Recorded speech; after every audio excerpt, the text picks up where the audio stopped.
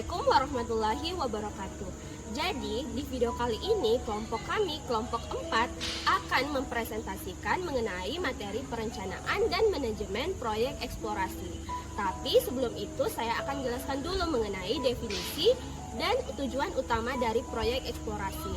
Nah, proyek eksplorasi dapat didefinisikan sebagai serangkaian kegiatan untuk menemukan, mengidentifikasi, serta mengevaluasi potensi sumber daya alam yang memiliki nilai ekonomi dan strategis. Untuk tujuan utama dari proyek eksplorasi adalah memperoleh data dan informasi yang akurat mengenai kelayakan suatu potensi sumber daya alam agar dapat dioptimalkan secara baik. Selanjutnya adalah pentingnya manajemen dalam proyek eksplorasi. Yang pertama itu mengendalikan biaya dan waktu agar proyek lebih efisien. Kedua, mengelola resiko dari ketidakpastian geologi dan teknis. Ketiga, koordinasi tim multidisiplin yang mana ada biologi, geofisika, dan teknik. Keempat itu ada kepatuhan regulasi, dan ketiga dari kelas keselamatan dan legalitas. Yang kelima itu menjamin kualitas data sebagai dasar keputusan investasi, dan terakhir itu keberlanjutan lingkungan dan sosial melalui mitigasi dampak. Baik, selanjutnya adalah tahap perencanaan dari eksplorasi. Tahap perencanaan merupakan tahap awal yang krusial di mana kita harus menentukan apa yang harus dilakukan, bagaimana caranya, dan apa sumber dayanya. Di tahap perencanaan ada 5 faktor utama. Yang pertama itu adalah tujuan dari proyek, di mana kita menentukan apa yang ingin kita cari, contoh itu adalah hidrokarbon dan mineral. Lalu yang kedua adalah ruang lingkup, di mana kita menentukan batasan-batasan dalam proyek, seperti area geologi dan apa yang dikumpulkan, dan metode apa yang digunakan. Lalu yang ketiga adalah jadwal dari proyek, di mana kita menentukan timeline dari awal hingga akhir, di mana tahap pelaksanaan dan evaluasi. Lalu yang keempat adalah anggaran, di mana kita menyusun anggaran mulai dari gaji pegawai, biaya alat, dan biaya laboratorium. Lalu yang terakhir adalah identifikasi risiko, di mana kita mengidentifikasi risiko yang mungkin terjadi seperti cuaca ekstrim, bencana geologi, dan faktor perizinan. Saya Nurul Makfira dengan NIM H06123105 akan membahas mengenai identifikasi kebutuhan proyek dalam tahapan eksplorasi. Yang pertama, kita harus mengidentifikasi kebutuhan. Nah, hal ini menjadi alasan utama penambangan batu bara untuk mengetahui hal-hal apa saja yang dibutuhkan pada saat proyek eksplorasi. Apakah contoh kecilnya itu kebutuhan energi di suatu wilayah itu sudah meningkat.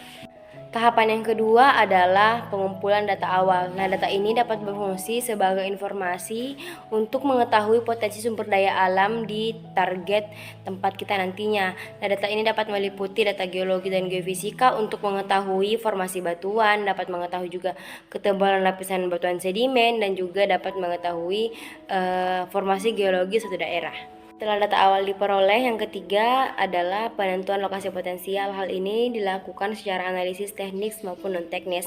Hal ini dilakukan dalam mempertimbangkan beberapa faktor seperti dampaknya terhadap lingkungan, kondisi infrastruktur, dan juga bagaimana kondisi sumber daya batubara tersebut dapat bernilai ekonomis maupun tidak ekonomis. Tahapan yang keempat adalah perumusan tujuan proyek, di mana di sini kita mengidentifikasi cadangan sumber daya, penentukan kelayakan teknis dan ekonomis, hingga penyusunan rencana pengelolaan lingkungan pasca tambang. Kemudian terakhir adalah penetapan indikator keberhasilan untuk menilai sejauh mana tahap identifikasi kebutuhan kita ini dapat berjalan secara maksimal. Sekian dari saya. Adapun tujuan dari proyek terbagi atas 4. Yang pertama, menyediakan informasi dasar untuk tahap produksi. Yang kedua, mengurangi ketidakpastian tentang potensi sumber daya. Yang ketiga, mendukung pengambilan keputusan investasi. Terus yang keempat, ada menjamin eksplorasi yang dilakukan dengan efektif, efisien, dan juga minim risiko. Selanjutnya itu analisis risiko dalam manajemen proyek eksplorasi. Manajemen risiko dalam proyek eksplorasi sangat penting karena ketidakpastiannya tinggi, baik dari aspek teknis, lingkungan, maupun sosial ekonomi. Tahap pertama dalam analisis risiko manajemen proyek eksplorasi adalah identifikasi risiko, yaitu mengenali variabel yang dapat menghambat proyek seperti kegagalan teknis, kondisi geologi yang tidak mendukung, cuaca ekstrim, atau masalah perizinan dan sosial. Selanjutnya itu analisis risiko dilakukan secara kualitatif dan kuantitatif untuk menentukan risiko mana yang paling prioritas.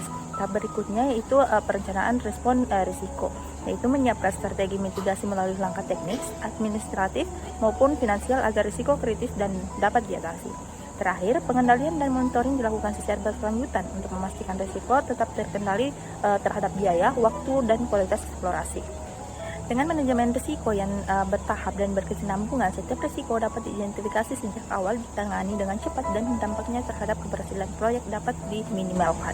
Nah, selanjutnya itu ada analisis teknik penyusunan rencana kerja eksplorasi.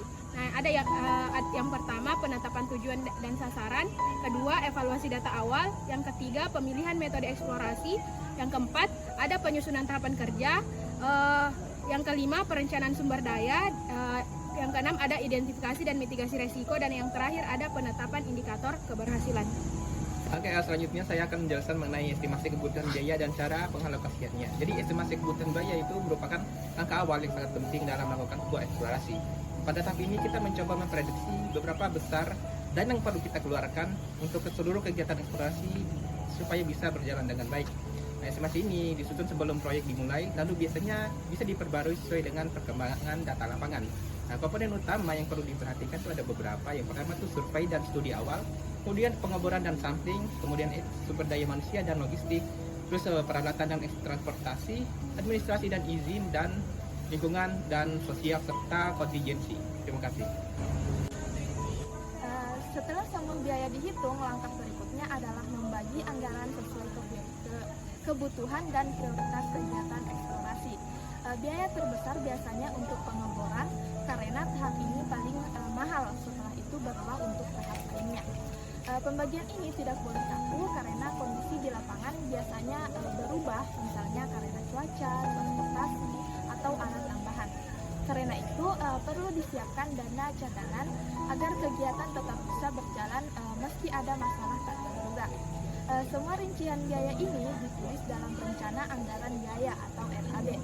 RAB berfungsi sebagai panduan untuk mengatur dan mengontrol keuangan proyek supaya anggaran digunakan dengan efisien. Selanjutnya yaitu pengawasan dan pengembangan tenaga kerja, dibagi menjadi 4, yaitu pertama pengawasan kinerja di lapangan, yang kedua motivasi dan pembinaan, yang ketiga keselamatan dan kesehatan kerja atau K3, dan yang keempat yaitu manajemen konflik dan komunikasi. Yang pertama pengawasan kinerja di lapangan dengan memantau produktivitas pekerja secara harian, mengevaluasi hasil kerja sesuai target proyek, dan juga menegakkan disiplin kerja dan aturan perusahaan. Yang kedua, motivasi dan pembinaan dengan memberikan penghargaan atau reward bagi pekerja yang berprestasi, memberikan feedback dan coaching untuk perbaikan, dan yang ketiga itu mengadakan pelatihan keterampilan teknis secara berkala. Lalu selanjutnya yaitu keselamatan dan kesehatan kerja atau K3. Yang pertama itu sosialisasi SOP dan briefing keselamatan sebelum bekerja. Yang kedua, memastikan pemakaian APBD seperti helm, sepatu safety, rompi, dan juga sarung tangan. Dan yang terakhir yaitu manajemen konflik dan komunikasi dengan menyelesaikan perbedaan antar pekerja dengan cara mediasi, lalu membangun komunikasi efektif antar tim, dan juga menumbuhkan kerjasama tim untuk mengurangi miskomunikasi. Baik, kali ini saya akan menjelaskan mengenai strategi pengelolaan tenaga kerja atau profesional di lapangan. Dimulai dari perencanaan dan pengelolaan tenaga kerja, di mana di sini terbagi menjadi 4. Yang pertama ada analisis kebutuhan tenaga kerja, rekrutmen dan seleksi, penempatan dan pembagian tugas, dan manajemen jadwal dan rotasi kerja. Di mana yang pertama, analisis kebutuhan tenaga kerja, dimulai dari menghitung jumlah pekerja sesuai skala proyek, kemudian menentukan keahlian spesifik yang dibutuhkan, misalnya teknisi, operator, ataupun supervisor. Kemudian yang ketiga, menyusun struktur organisasi tim lapangan. Kemudian yang kedua, ada yang namanya rekrutmen dan seleksi. Dimulai dari menyusun kriteria kompetensi sesuai standar industri. Kemudian yang kedua, melakukan wawancara dan tes keterampilan. Dan yang ketiga, memastikan tenaga kerja memiliki sertifikasi yang relevan. Kemudian ada tahap 3, yaitu penempatan dan pembagian tugas. Dimulai dari yang pertama, menempatkan pekerja sesuai bidang keahlian. Kemudian yang kedua, membagi tugas secara adil untuk menghindari beban berlebih. Dan yang ketiga, membuat daftar tanggung jawab yang jelas atau job description. Kemudian ada yang keempat, yaitu manajemen jadwal dan rotasi kerja. Dimulai dari membuat jadwal kerja, yaitu shift pagi, sore, atau malam. Kemudian yang kedua, memperlakukan rotasi kerja. Dan yang terakhir ada menyusun timeline proyek agar target tercapai tepat waktu. Terima kasih. Yang berikutnya, pembuatan jadwal kerja yang efisien. Yang pertama, kita harus mengidentifikasi semua kegiatan proyek. Sebelum membuat jadwal, semua kegiatan dalam proyek harus diuraikan secara lengkap, mulai dari tahap awal, kegiatan lapangan, hingga analisis data dan pelaporan. Tujuannya agar tidak ada kegiatan penting yang terlewat dalam jadwal. Yang kedua, menentukan urutan dan durasi setiap kegiatan. Setelah kegiatan terdaftar, tentukan mana yang harus kita kerjakan dahulu. Beberapa kegiatan mungkin saling bertabrakan. Nah, informasi ini penting agar jadwal itu dapat berjalan dengan logis dan realistis. Yang ketiga, kita bisa menggunakan alat bantu penjadwalan seperti diagram Gantt atau network diagram. Dengan visualisasi ini, seluruh tim dapat melihat alur pekerjaan, batas waktu, dan hubungan antar kegiatan dengan jelas. Yang keempat, mempertimbangkan ketersediaan sumber daya. Jadwal yang bagus juga harus sesuai dengan jumlah tenaga kerja, peralatan, dan logistik yang tersedia. Jangan kita menjadwalkan terlalu banyak pekerjaan dalam waktu yang bersamaan jika sumber daya terbatas, karena akan menyebabkan keterlambatan. Yang kelima, buat jadwal yang fleksibel. Walau sudah disusun rapi, kondisi lapangan ini bisa berubah tergantung dengan cuaca atau gangguan teknis yang lainnya. Jadwal juga harus fleksibel agar dapat disesuaikan tanpa mengganggu keseluruhan alur proyek. Yang keenam, tujuan utamanya. Dengan jadwal yang efisien, proyek dapat berjalan dengan tepat waktu, sesuai anggaran, dan tidak menguras tenaga.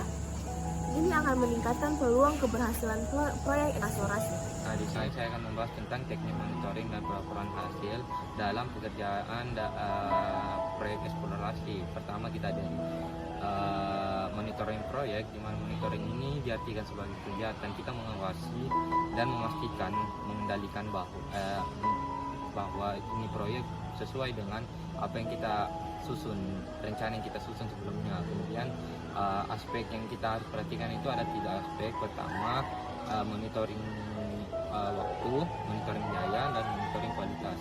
Nah, dari sisi waktu, monitoring dilakukan untuk memastikan bahwa semua progres pekerjaan sesuai dengan timeline yang kita tetapkan sehingga tidak ada keterlambatan. Kemudian dari sisi dari biaya, pengawasan dilakukan untuk memastikan bahwa setiap anggaran tetap terkendali dan tidak melebihi alokasi yang sudah ditetapkan. Kemudian kualitasnya, kita harus pastikan bahwa monitoring ini sesuai dilakukan supaya standar-standar teknis dan spesifikasi yang sesuai standar itu tercapai. Nah, dalam praktiknya monitoring dilakukan dengan berbagai cara, misalnya lalu inspeksi, terjun langsung ke lapangan, penggunaan checklist pekerjaan untuk cek-cek item yang penting, kemudian susun progress report yang mendokumentasikan pengembangan proyek secara berkala. Dengan monitoring yang baik, kita bisa melakukan deteksi dini terhadap penyimpangan, hambatan yang mungkin muncul, sehingga solusi yang terhadap hambatan tersebut bisa segera diambil sebelum masalah menjadi lebih besar. Selanjutnya, hasil monitoring itu tidak hanya berhenti pada pengawasan, kita harus tuangkan dalam bentuk pelaporan hasil pekerjaan, yang dimana pelaporan ini dibuat secara periodik, bisa harian, bulanan, mingguan, pokoknya tergantung dari kebutuhan dan skala proyek tersebut.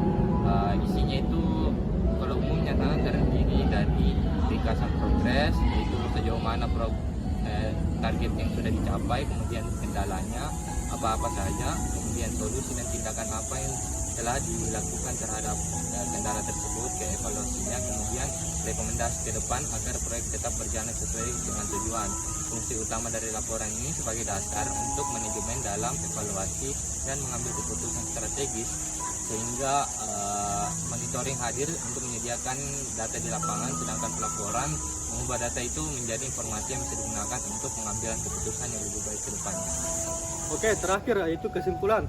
Proyek eksplorasi merupakan langkah awal penting dalam pemanfaatan sumber daya alam yang bertujuan untuk mendapatkan informasi yang akurat mengenai potensi, kualitas, dan kelihatan suatu sumber daya.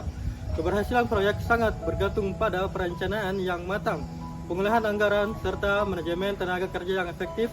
Dengan menjadwalkan yang terstruktur dan pengawasan yang berkesinambungan, eksplorasi dapat berjalan efisien dan memberikan manfaat ekonomi sekaligus menjaga keberlanjutan lingkungan.